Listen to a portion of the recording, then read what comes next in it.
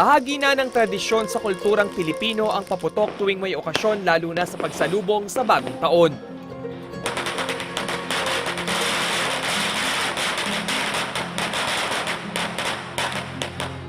Pag sinabing paputok at pailaw, nangunguna na riyan ang tinaguriang firecracker capital ng Pilipinas.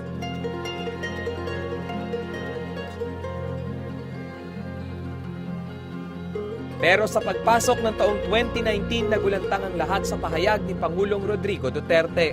And I will issue the executive order at this early para warning na doon sa lahat that I am banning firecracker.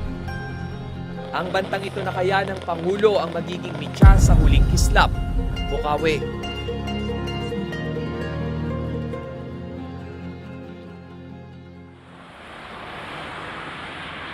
Apat na pung minuto mula sa City of San Fernando, Pampanga, mararating ang firecracker capital ng Pilipinas, ang Bukawi, Bulacan. Paputok ang nagpakilala sa lugar hindi lang sa Pilipinas kung hindi pati na rin sa iba't ibang panig ng mundo. Sa mahigit 100,000 populasyon ng Bukawi, 25% o 25,000 mamamayan ang nakasandal sa firecracker industry. Ayon nga sa paniniwala ng mga Pinoy, ang pagpapaputok ay pang-akit ng swerte at pantaboy ng malas. Subalit mistulang kabaliktaran ito para sa mga mismong gumagawa nito. January 10, 2019, sa pagbisita ni Pangulong Duterte sa Bulacan, matigas ang presidente sa kanyang desisyong magkaroon ng total firecracker ban sa buong bansa. I will ban firecrackers. Wala na. Dito nga sa Bukawi, Bulacan, ang karaniwang setup ng mga pagawaan ng paputok ay nasa mga bakanting lote gaya na lamang dito sa gitna ng bukirin para na rin sa kaligtasan ng mga residenteng naninirahan malapit sa lugar. Kaya ngayon, bisitahin natin ang sitwasyon at kalagayan dito nga sa paggawa ng paputok.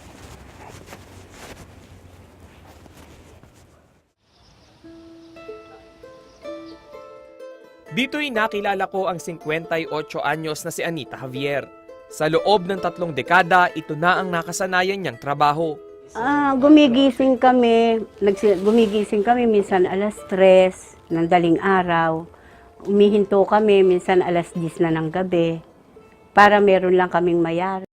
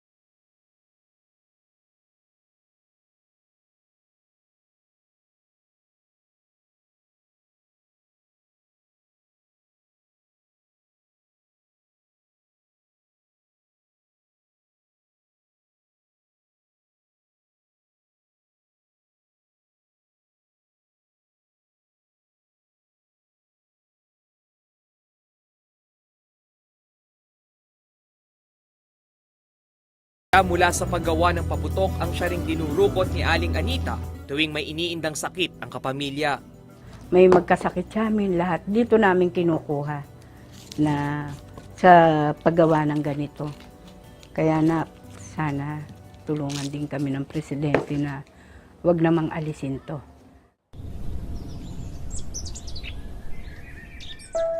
Sa labas naman ng balutan ng kwitis, abalang-abala ang anak ni Aling Anita na si Romeo upang tiyaking tuyo ang cylinder o ang katawan ng kwitis. Bago kasi mabuo ang isang kwitis na 10 sentimos lamang ang halaga, isang buong araw ang gugugulin dito.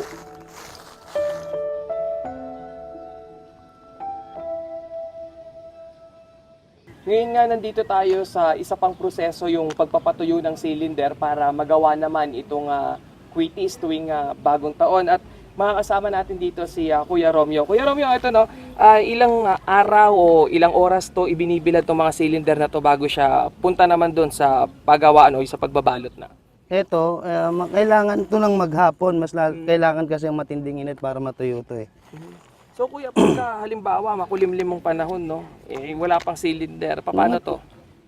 Tsatsaga-tsagain na pag umaraw, makulimlim, mga 2 days o 3 days bago siya magamit.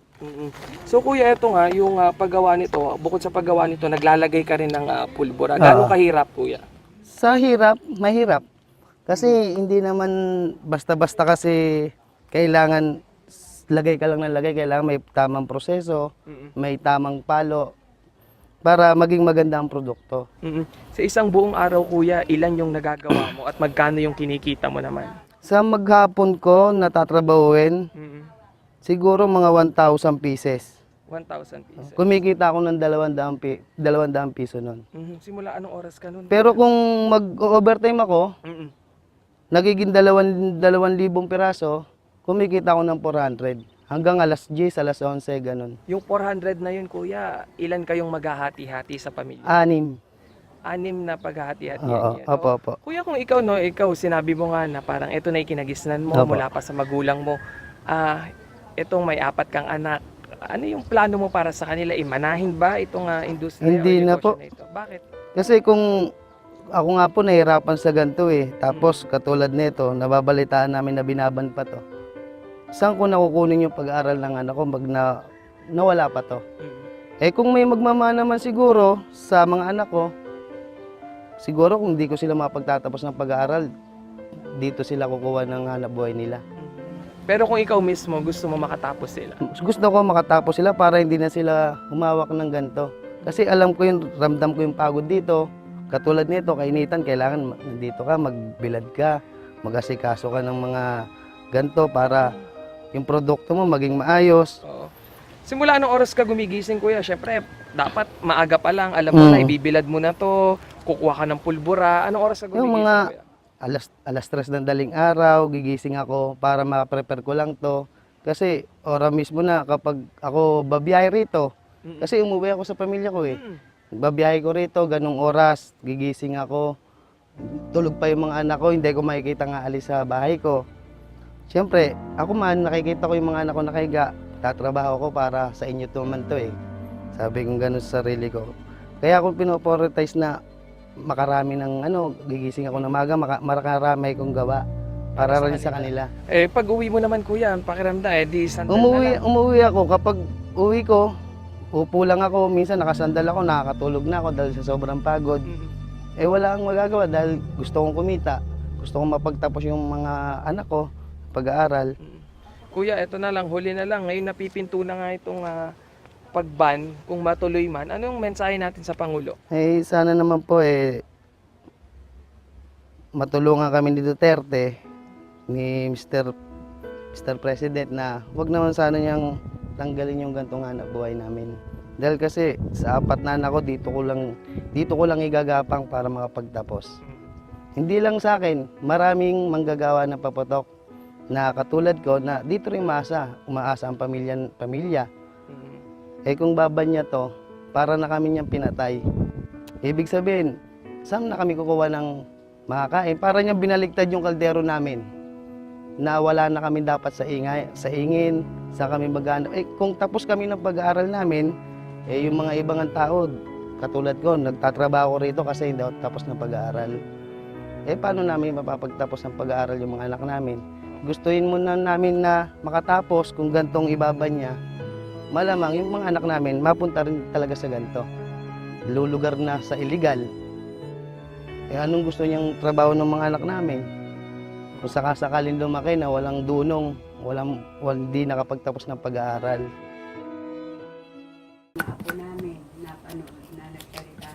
Gaya ng mag-inang sina Anita at Romeo, puno rin ng agam-agam ang isa pa nilang kasamahan.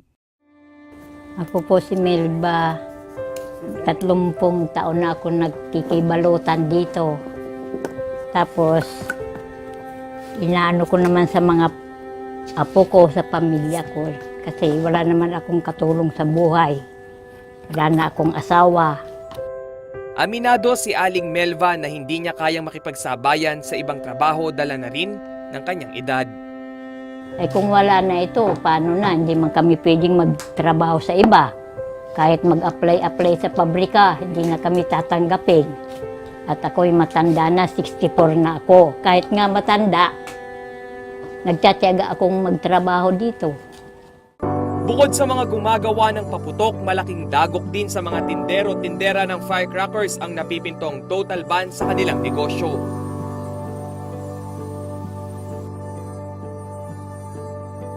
Unti-unti na nga kayang naaaninag ng mga firecracker vendor ang huling kislap ng Bukawi.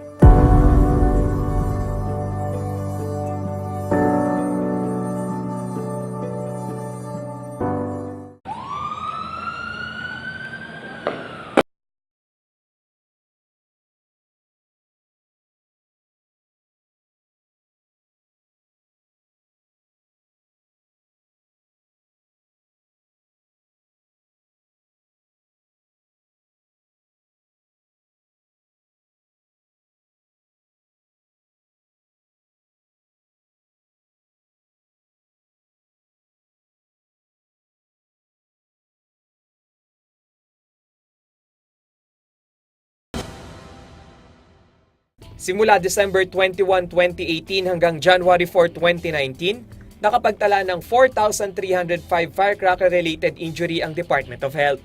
Sa Central Luzon, nakapagtala ng 54 na kaso na mas mababa ng 86% kumpara noong 2017. Matatandaan noong June 2017, naglabas ng Executive Order No. 28 ang palasyo na naglilimita sa paggamit ng paputok sa buong bansa. Pero ang ilang mga firecracker vendor tumaas ang kilay sa naging pahayag ng palasyo. Hindi lamang daw kasi sa paglilimita ng paggamit ng paputok dapat idepende ang pagbaba ng mga nasaktan sa pagpapaputok. Kaya naman naglibot ako sa Barangay Turo na itinuturing na firecracker selling highway.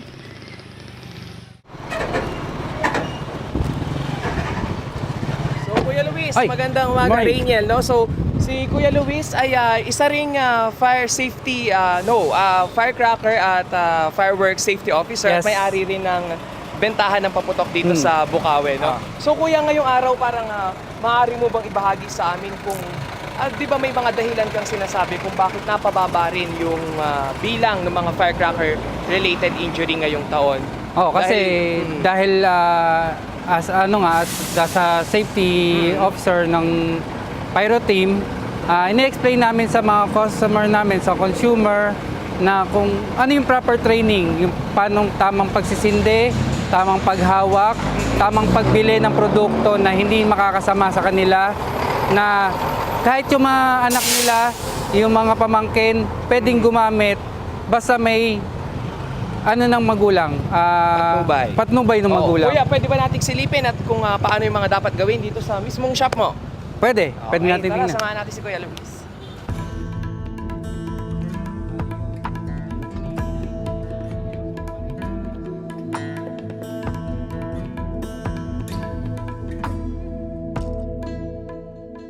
So Kuya Louie, bukod sa mga mamimili, di ba meron din tayong ginagawang seminar naman para sa mga katulad nating dealer, manufacturer, then Retailer. retailer na rin para mapanatili na rin yung safety naman sa paggawa rin nito. Ano yung tuwing kailan at ilang beses sa isang taon natin ito ginagawa? Bali, tong last year, nag-seminar kami, nag-start kami, Baliwag, then Batangas.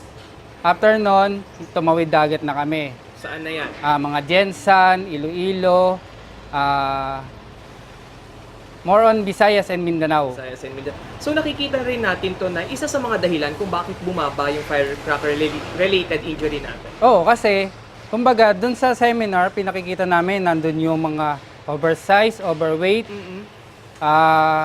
mga illegal na hindi dapat natin tangkilikin, yung mga walang permit, walang license, dapat hindi natin siya, Tapos yung mga, for example, ito, bibigyan kita. Wheaties, yan. Wheaties. Paborito ng Pilipino yan. Oo, kasi bagong ito, taon. ang Wheaties, hindi siya talaga dapat ipagbawal. Okay. Kasi, sa taas siya, pumuputok. Ngayon, merong mga talagang tao na hindi naman makaka-afford ng makabiling ng mga ganito, yung mga magaganda. Ngayon, ito yung ginagamit nila. Swak to sa bulsa eh. Swak sa bulsa, swak sa budget, then pwede mo siyang gamitin kahit ako, simpleng For example, ako simpleng magsasaka ako. May pananim ako na palay.